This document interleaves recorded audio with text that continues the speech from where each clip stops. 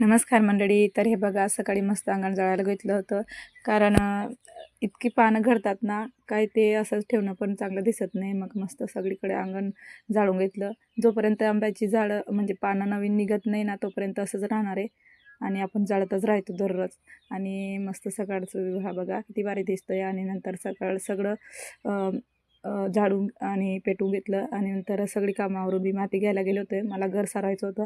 हा ब्लॉग परवा दिवशीचा आहे, पण आज अपलोड करते मी. आणि येताना माती घेऊन येताना बघा आमची आंबे किती मोठे झाले, तेच बघत होतो आम्ही येताना. आणि येऊन मस्त अभीच्या पप्पांना ड्युटीला जायचं होतं, तर त्यांचे कपडे फ्रेश करायला घेतले मी. आणि आधी सगळी कामं बाजूला ठेवायची असतात आणि त्यांची तयारी करून द्यायची असते मला. कारण त्यांना टायमावर हजर राहणं खूप गरजेचं आहे तर. आणि ते गेले. आणि नंतर दुपारची सगळी कामावरून मी नंतर पोरांना झोपी घालून घर सारवायचं होतं. तसं तर आजपासून होळी चालू होणार आहे, पण माझ्याहून ही कामं राहून गेली दुसऱ्या कामामुळं. तर काही हरकत नाही, आजपासून होणार आहे. तर पटकन घर सारायला घेतलं होतं मी. कारण आदिवासी म्हटल्यानंतर खूप मोठा सण आहे होळी आपल्या आदिवासीचा.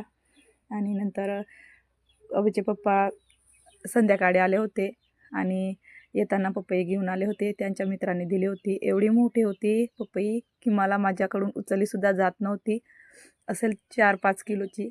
आणि नंतर आम्ही तसं तर फ्रेश वगैरे व्हायचं बाकी होतं, पण त्या पपईला बघून काय राहत नव्हतं. मग पपई कापायला घेतली.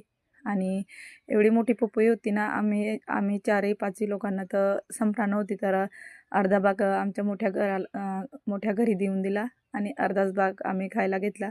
कारण पपई तेवढी मोठी होती, आम्हाला काही संपणार नव्हती.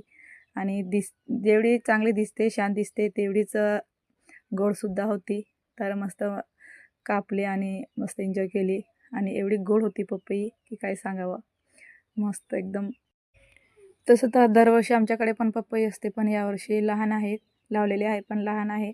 त्यामुळं आमच्याकडे नाही आहे. नाहीतर असते दरवर्षी, खातो आम्ही पण. आणि नंतर आम्ही सगळ्यांनी मस्त पपई एन्जॉय केली.